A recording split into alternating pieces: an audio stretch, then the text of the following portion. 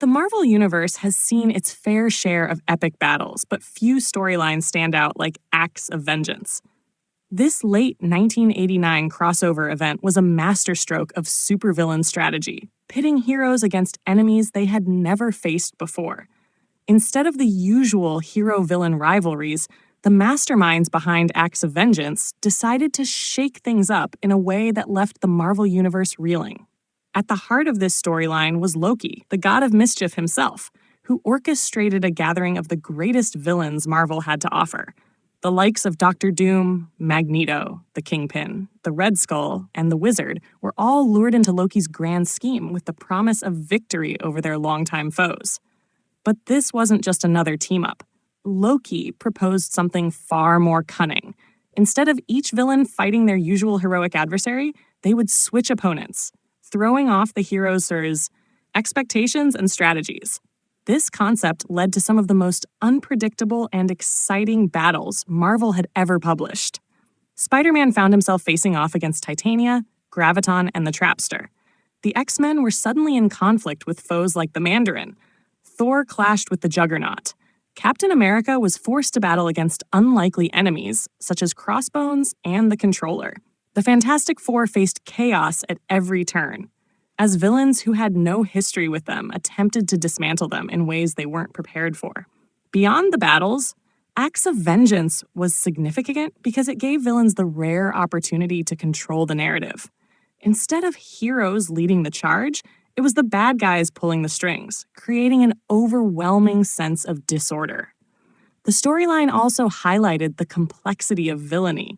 While some embraced Loki's plan, others had their own agendas. Magneto, for example, quickly realized that working with the Red Skull, a literal Nazi, was unacceptable, leading to an unforgettable moment where he turned against the Alliance. Spider-Man had one of the most fascinating developments in the crossover. During Acts of Vengeance, he temporarily gained cosmic-level powers through the Enigma Force, transforming into the so-called Cosmic Spider-Man. This power boost allowed him to easily defeat major threats like the Hulk-like villain, the Grey Gargoyle, and even send the Juggernaut flying, a feat that would normally be impossible. This was a rare moment where Spider-Man was more than just the friendly neighborhood hero. He was an unstoppable force. The Avengers, meanwhile, found themselves outmaneuvered, with their traditional foes avoiding them and new enemies attacking them at unexpected angles. They had to adapt quickly.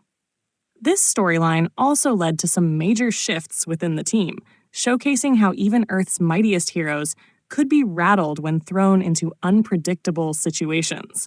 What made Acts of Vengeance so compelling wasn't just the fights, but the psychological warfare at play. Heroes had built their combat techniques around their usual foes. By switching up these dynamics, the event forced characters to think on their feet, leading to some truly creative storytelling. While the plan seemed ingenious, it ultimately collapsed due to the egos of the villains involved. Unsurprisingly, they couldn't work together for long before betrayal and personal ambitions took over. By the end of Acts of Vengeance, the Marvel Universe was left with a deeper understanding of its own chaos. Loki's grand plan may have failed, but it proved one thing: even the strongest heroes could be caught off guard.